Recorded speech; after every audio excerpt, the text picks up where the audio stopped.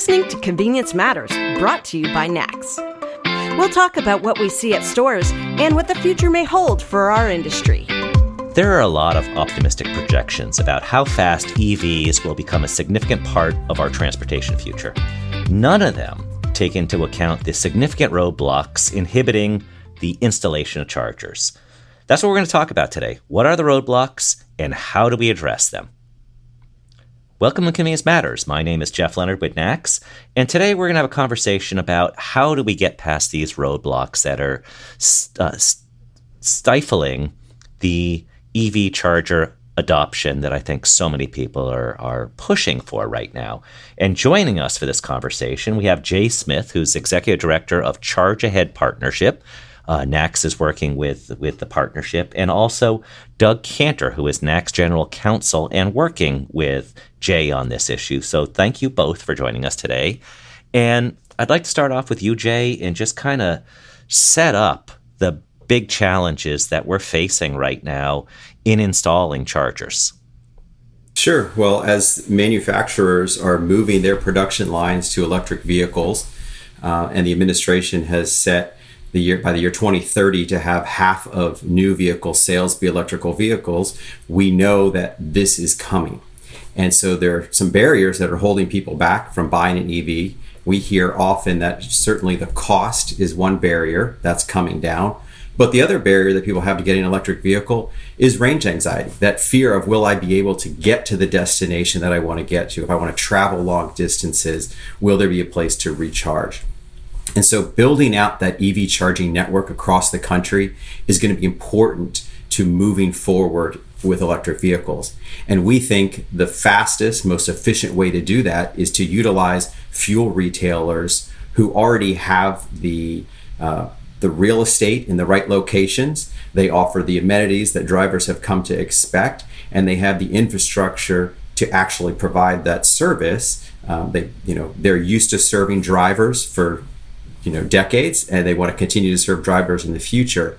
But there are some barriers that are preventing fuel retailers and retailers like convenience stores, many of your members, from getting into that business. And that's what we're trying to overcome, those barriers.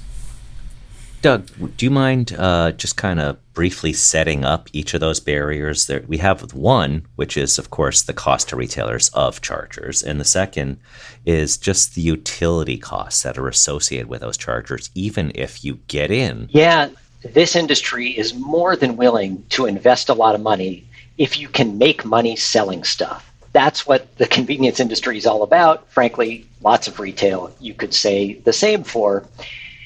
But we have a situation now where, because of the way electricity markets work, that isn't really possible. And there are two reasons. One is that commercial users of electricity get hit with something called a demand charge that is not just based on how much electricity they use, but the highest consumption they have over a short period of time. They get penalized for that. And that's really an anachronism in certain ways that was there to influence manufacturing and deal with big draws on the electrical grid all at once. But when you talk about electric vehicle chargers, they demand a lot of electricity really fast. And so it puts retailers that install these at a terrible disadvantage in such a way that they can't possibly charge consumers the amount they are paying based on those demand charges. So that's one, that structure has to change of how electricity is sold to commercial users. The second is that lots of electrical utilities are out there getting approval to raise everybody's electricity bills in order to pay for not only their own installation of chargers, but the operation of chargers. And so that subsidized competition, which appears to make the cost of electricity much lower than it really is, undercuts the rest of the private market and makes it very difficult to make money on it. Those two things combined, and by the way, I should note, the electric utilities don't have to hit themselves with a demand charge. So there's two ways on which these things disadvantage local retailers. That makes it very, very difficult to invest.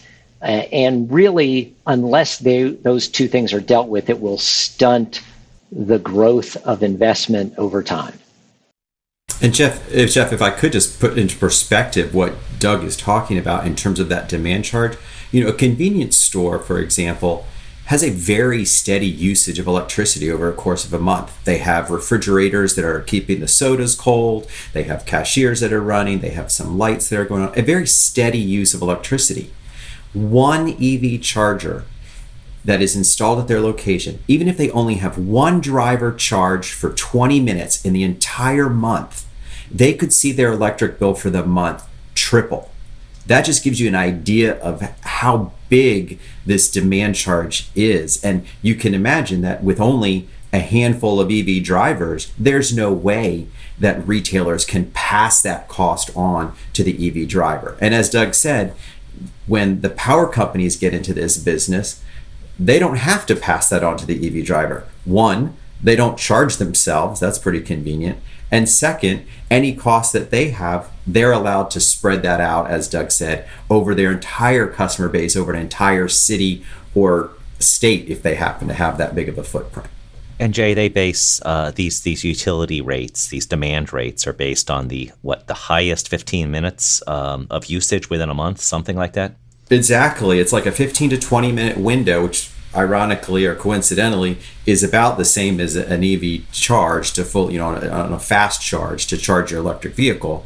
And that's, and as Doug mentioned, it was really conceived in the idea of manufacturing when assembly lines were on for 8 hours at a huge demand and then would go basically dormant for the 16 hours of the day when the shift wasn't working. We need to come up with a rate structure that accounts for the power companies having to bring, sometimes more power to a location. Absolutely.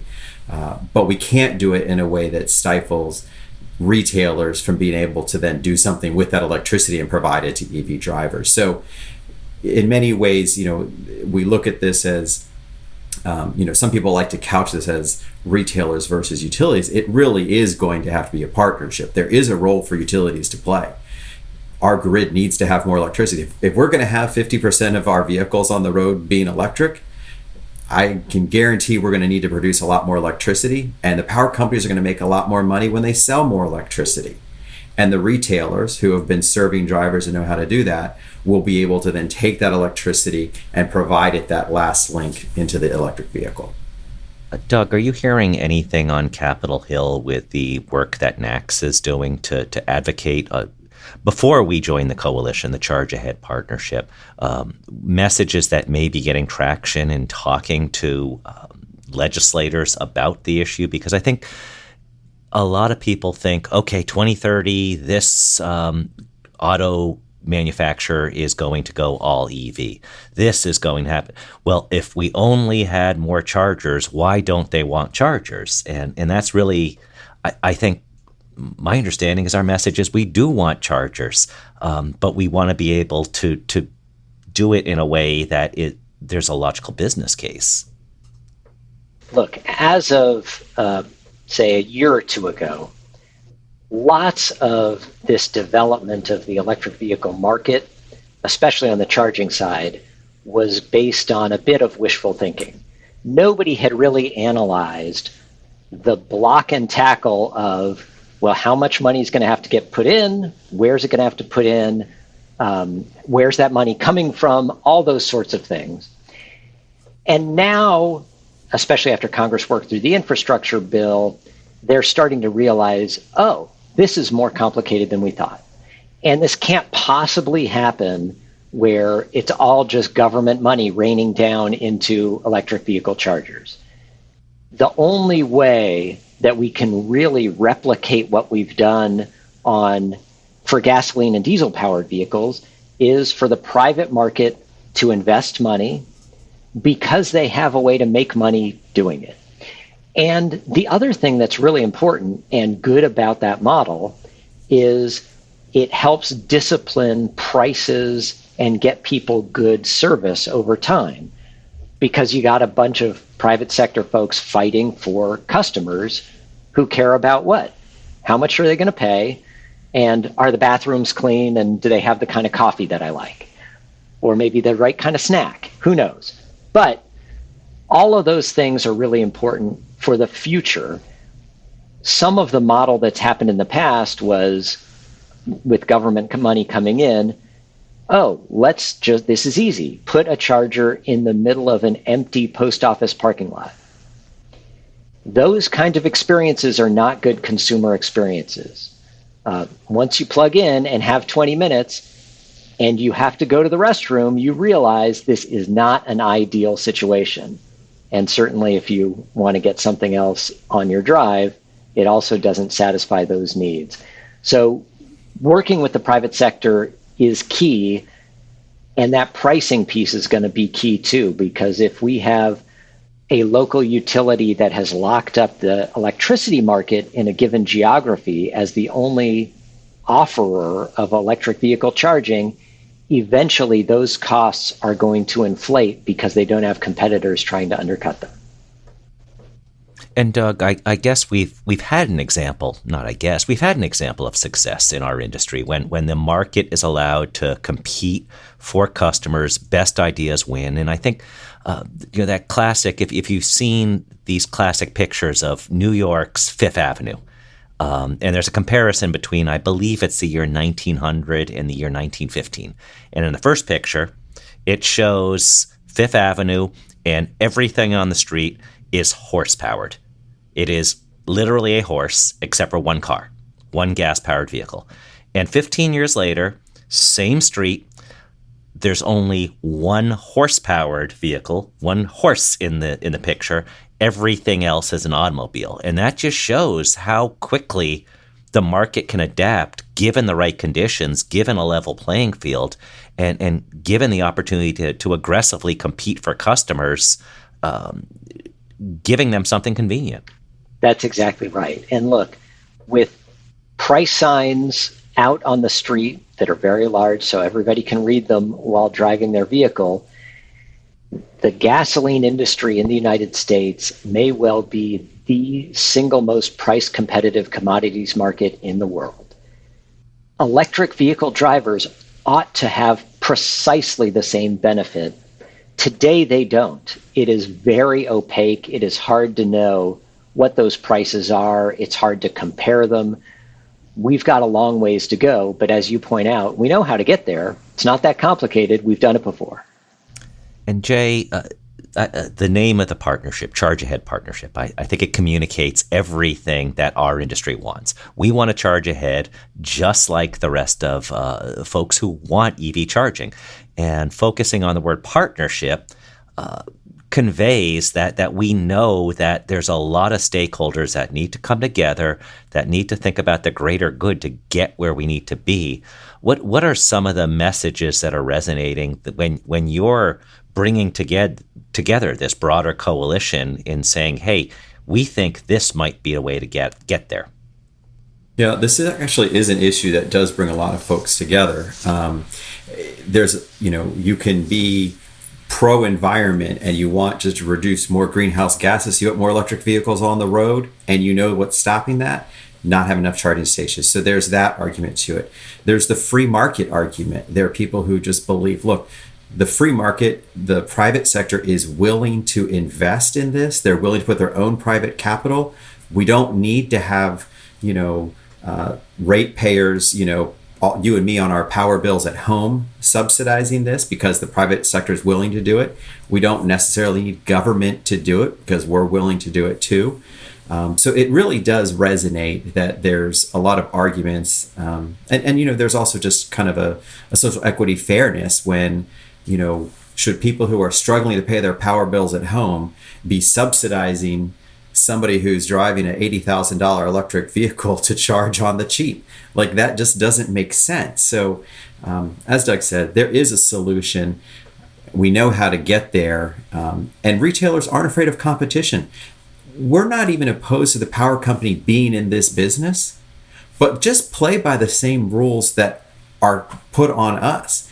charge yourself the same demand charge or the same rates that you're charging, retailers to get into this business. Power companies should do the same thing. It's when that playing field is level that you're going to see competitive pricing, increased quality of service, all those things that customers and drivers have come to expect and really, quite frankly, demand.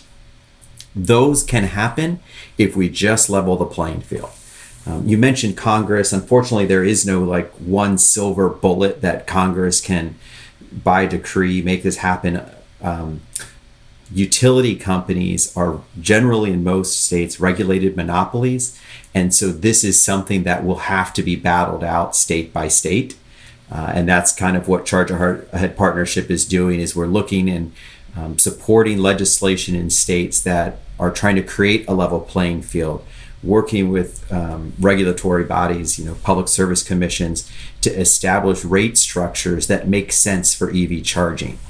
Those are the things that are going to level the playing field, that are going to help grow the EV charging market. Doug, would it be fair to say that these future costs, if we don't address this properly, some of these charging costs, these demand costs, could become similar to swipe fees, which are a huge pain point right now in our industry, because you have Visa with 891 pages of operating rules. Yes, I looked at them, and 0 of them have any sort of retail input.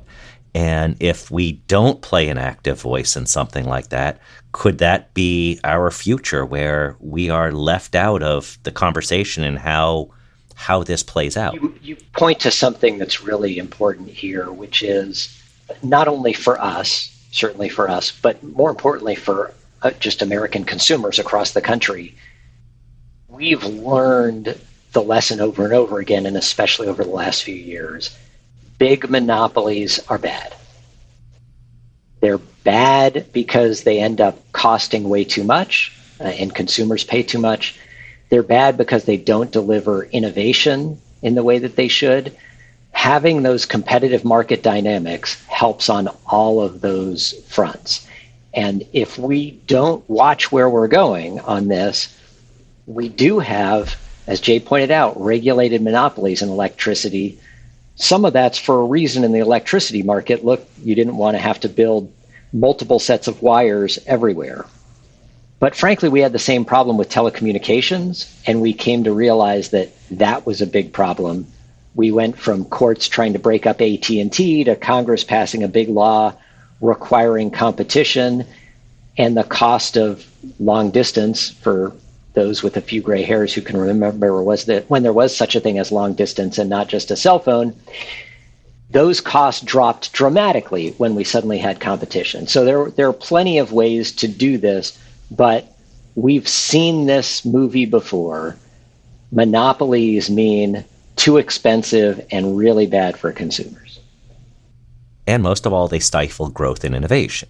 And if we are going to get to this EV future, we really need continued innovation to get to that growth, to have everybody move together. Jay, if somebody wants to learn more and get involved with either the partnership or just finding out more about what's going on, what are some things they might want to do? Sure. Well, we have a website, chargeaheadpartnership.com. And we have on that website not only information about this issue and helps explain it to consumers about why they should care about this and why they should care how the EV charging market expands, but we also have a way you can sign up for free to stay connected to us. You can either have your company join or as an individual join our organization, and we'll keep you informed. And more importantly, when the battle then comes to your state, we can reach out to you and say, okay, now's the time to let your elected leaders hear from you that you think EV charging can best be done by the private sector and retailers as partners as part of it.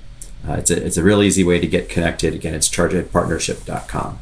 I like that you used the word connect there. Are there any states that are particularly important right now as we have this conversation?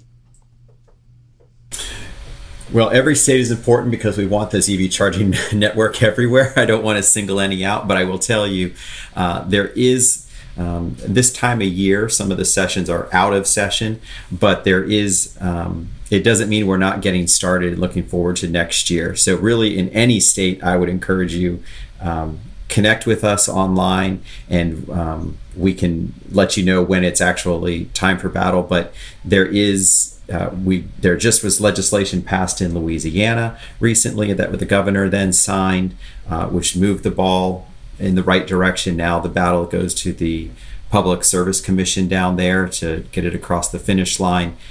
We're expecting legislation in Ohio, South Carolina, Georgia, and Florida, Texas. It's really happening everywhere, and it won't be done until all 50 states. Like I said, there's no federal solution here. We do think once we get, some momentum and people see, oh, we can do this with the private sector. We don't have to spend, taxpayer money or have it subsidized by ratepayers. That we think once we demonstrate that and show that the private sector is willing to step up, there'll be a lot of momentum there, and it'll make the job a lot easier getting those things passed in later states. One thing I would add to that is there are some things going on at the federal level. We did get a provision into the infrastructure bill that told states to take another look at their rate structures to try to deal with some of these problems. We've just recently seen a bipartisan group of senators and House members write to the Federal Energy Regulatory Commission, urging them to use that authority and really lean on the states to make changes in the right direction on this to allow the private sector to grow here. And there's more that can be done. There's more that Congress can do. There's more that FERC can do.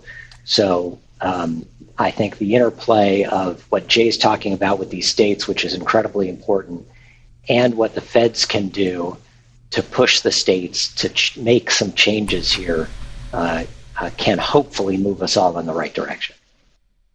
One other thing about the federal, the federal government in the infrastructure bill that Doug mentioned earlier put $7.5 billion towards EV charging infrastructure. And what that money is going to be dispersed to the states. And the states, for the first $5 billion of that over 5 years, the states have to put together a plan for how they're going to spend it. And the federal government has asked each state to put that plan together by August 1st. So that's coming up. And so what we do want retailers or individuals, now's the time to reach out to your state DOT, Department of Transportation, who is putting together these plans, and encourage them to use the federal money that they're going to get from that infrastructure bill and invest it in ways that incentivize more private investment. Don't just take federal money and give it to, for example, a local government who's going to build a charger at a library and doesn't actually bring more investment into it. We would like to see that money, and I think the federal government has put provisions in the infrastructure bill. They want this money to be used to incentivize private investment too, because they recognize that retailers can accelerate that growth. And so it's important for DOTs, as they're putting together their plans, to hear from retailers who say, look, I'm willing to invest along this corridor if we were able to get some money. So make sure that the plan the state is going to have in putting forward, dishing out their piece of that federal money, can go to retailers to help jumpstart and grow that even faster. So check with your DOT.